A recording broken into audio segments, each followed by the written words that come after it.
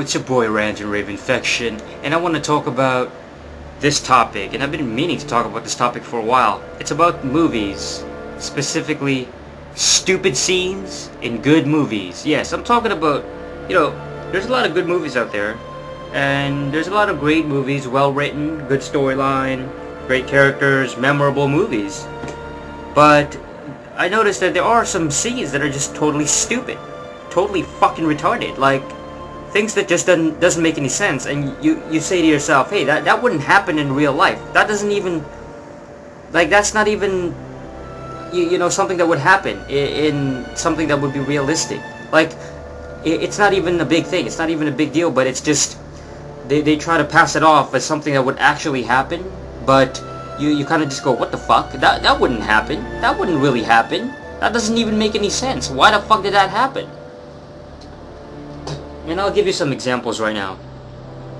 And by the way, when I say stupid scenes, I'm not talking about gags or like inconsistencies in movies, because there are inconsistencies and gags in movies anyway, and those are very common, you know what I mean? I'm not talking about those things like, a guy is like on the left side of the screen, and then a scene comes, they go back to a fight scene, and then the guy ends up on the left side of the screen. Things like that, like little glitches and shit like that, or just like editing mistakes. I'm not talking about that. I'm talking about like actual real scenes that are meant to be in the movie, but they just don't make any fucking sense, and it's just stupid.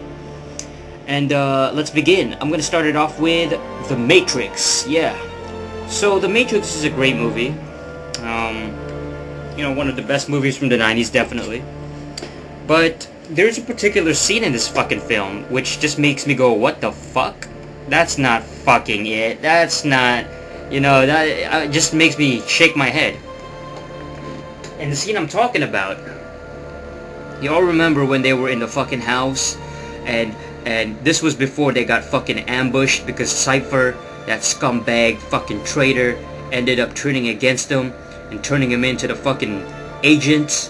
Well, they were in the fucking house, and there was a scene when Neo, Keanu Reeves' character, he sees a fucking cat, right? Cat walking by the door.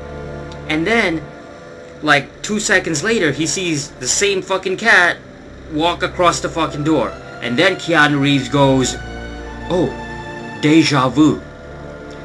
And then they fucking try to explain it, that's what a deja vu is. A fucking deja vu is something, a glitch in the Matrix, and then they're trying to fix it. And I'm just like, that's not a fucking deja vu, guys. That is not the definition of a deja vu. Deja vus don't happen like that. They don't happen like when an event takes place just fucking momentarily, like between seconds of each other.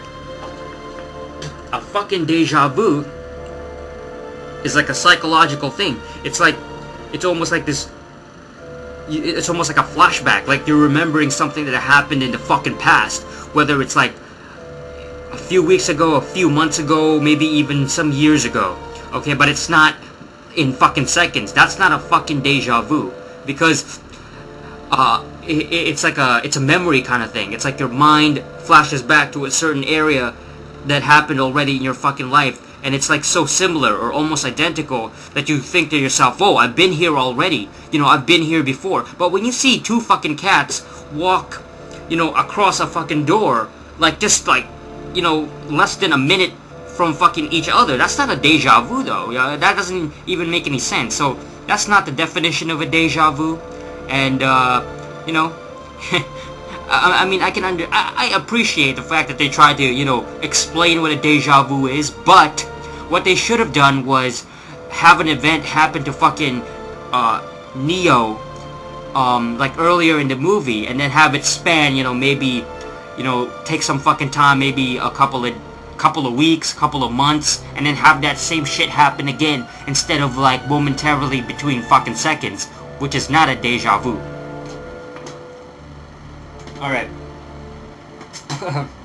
Here's another fucking stupid scene. This one doesn't seem like a big deal though, but bear with me. Terminator 2 Judgment Day. Okay, Terminator 2 Judgment Day is one of my favorite movies of all time. I think it's a great sequel, one of the best sequels that they've ever made, and Yeah, great movie. But there's a scene in there, and I mean, this scene is just kind of dumb because it's just for the sake of storyline, really. It's just for the sake of the fucking plot and like the just to initiate basically a chase sequence between the two. And what I'm talking about was when you know, John Connor, the kid, the young teenage boy. Well, he was in the arcades with his friend, and you know, he's playing in the arcades, and then the fucking, what's his name, the fucking T-1000, which is played by, you know, that guy, the cop, the guy who's supposed to be hunting him, and you know, he's gonna kill him, basically terminate him. So he enters the fucking arcade. You know, John Connor doesn't know that this guy's already in the arcade, but he's looking around, right? And there's a lot of kids everywhere because it's a fucking arcade, you know, in the fucking 90s. I mean, arcade was huge back then. So there's a lot of kids, and so the cop, you know, the T-1000 goes up to one of the other kids in the fucking arcade. You know, I mean, there's got to be at least like 20 to 30 kids inside this fucking arcade. There's a lot of children in here, and you know, very busy, and you know, just caught up in the fucking arcades. All right, and so he asks one of the children, you know, one of the kids. He gives him a photograph of John Connor, and he's like, "Hey, do you know who this guy is? Where I can find this guy?" And then the kid, like, readily points out where fucking John Connor is. Can you fucking believe that? I mean, this kid doesn't even know who John Connor is, okay? You know, when the fuck was the last time you went to an arcade? A place, a public area, and everybody knew who everybody was, you know? And, I mean, you expect that fucking child to remember every fucking face? Remember every fucking person in the fucking, in that fucking cubicle, in that fucking room? Okay, do you expect that shit to happen? No, it doesn't fucking happen in real life. Like, if you go to a fucking bar, a public fucking bar, just because you enter inside it and you stay there for maybe, I don't know, 20 minutes or so, doesn't mean that everybody in the fucking bar knows who the fuck you are or what you look like. They're not gonna fucking remember you. What the fuck? So, you know, to me that was a stupid scene. The fact that that kid knew who John Connor was, like, at least physically, like, he remembers everybody in the fucking arcade, every fucking child's face, let alone looking at a fucking photograph, okay? Give me a fucking break.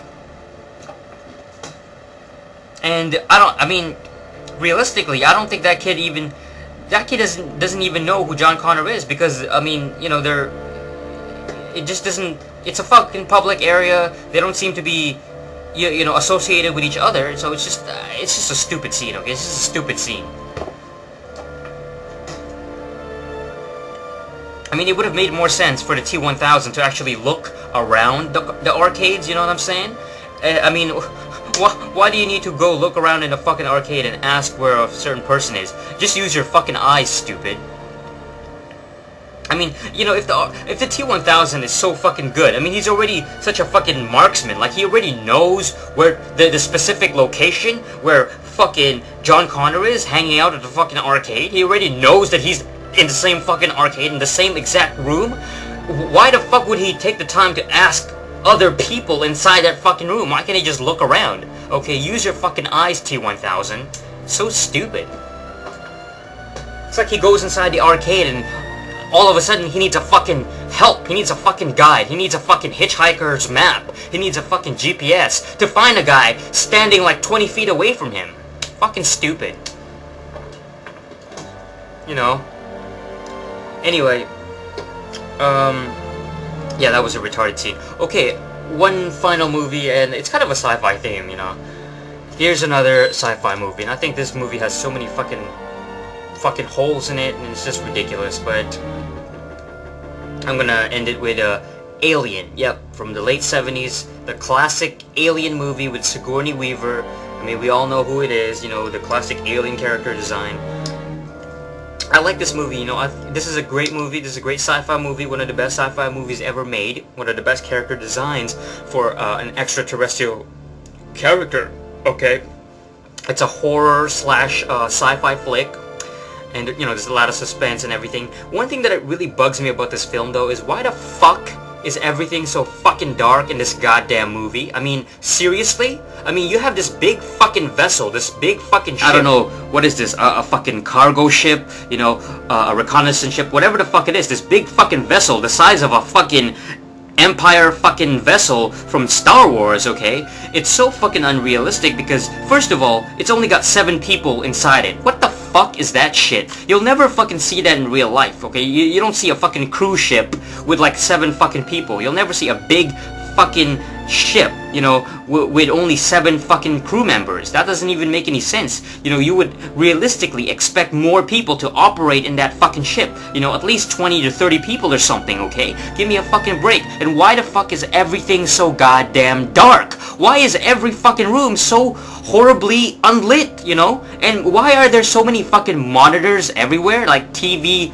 screen monitors? That doesn't even make any sense. Why the fuck would they need that many? Every fucking room has like a TV monitor they don't even fucking use.